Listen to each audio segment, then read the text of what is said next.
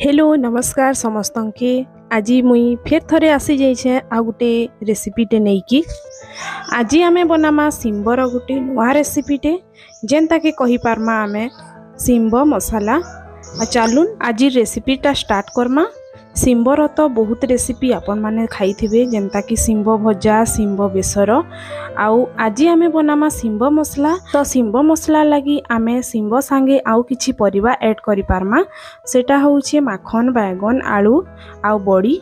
तो चलून एखन स्टार्ट करमा। आ इटा मुई दुईटा प्याज नहीं जेनटा कि लंबा लंबा करी काटी देछे आ किछि मुई फूल बड़ी नहीं आपण माने चाहिले कखारू बड़ी फिर ऐड करि पारबे। तो इटा के मी सुखा कढ़ई रे पहले लाल हबार तक भाजी दउछे आ गुटे इयाडे कढ़ई बसे कि सेथिरे मैं किछि 3 रु 4 चामच तेल दे दीछे। इयाडे देखुन बड़ीटा लाल हे कि भाजी हे गलानो। तारपरे जेन कढ़ई रे मैं तेल गरम करथिली सेटा फिर गरम हे गलानो। एखन आमे गरम तेल रे पकई देमा से कटा हिथबा परिबा सबु।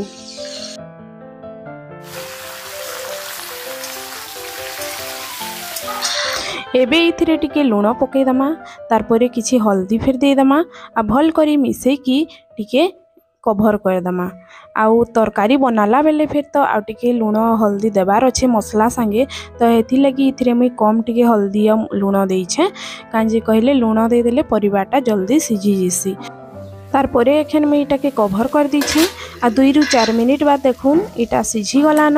आउ भल करी सिझी गला परे आमे कढ़ई रु इटा के बाहर कर दमा परिबा सबु के। एखन देखुन गोटे थाली रे मुई से परिबा के बाहर कर दीछे।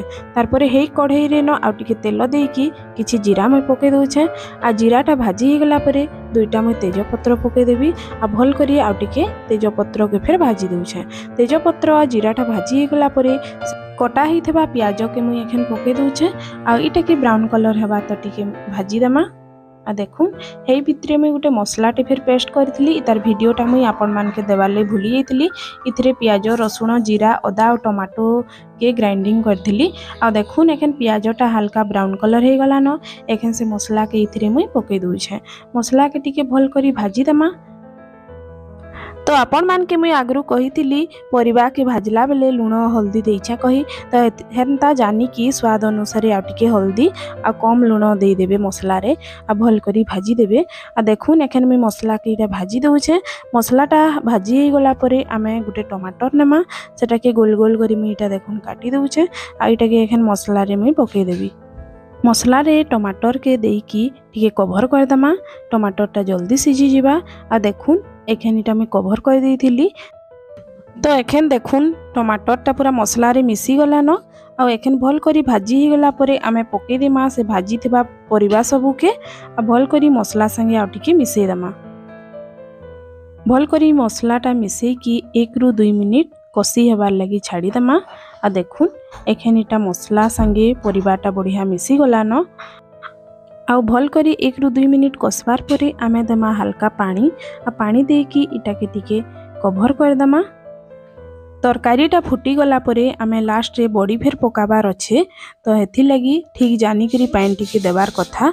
आउ देखुन एखन इटा मैं कभर कर दउछे आ तरकारीटा 2 मिनिट केते फुटी गला परे आमे पकई देमा से फूल बड़ी के। आउ फूल बड़ी सांगे सांगे धनिया पत्र टिके फिर दे देमा।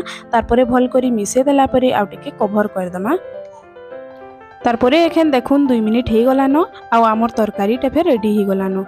आउ ई तरकारीटा भात संगे फिर आपण माने खाई पारबे ना हेले रोटी संगे फिर खाई पारबे। तो आज रेसिपीटा केनता लागला जरूर बताबे आ भल लागी थिले लाइक शेयर सब्सक्राइब भी करी देबे।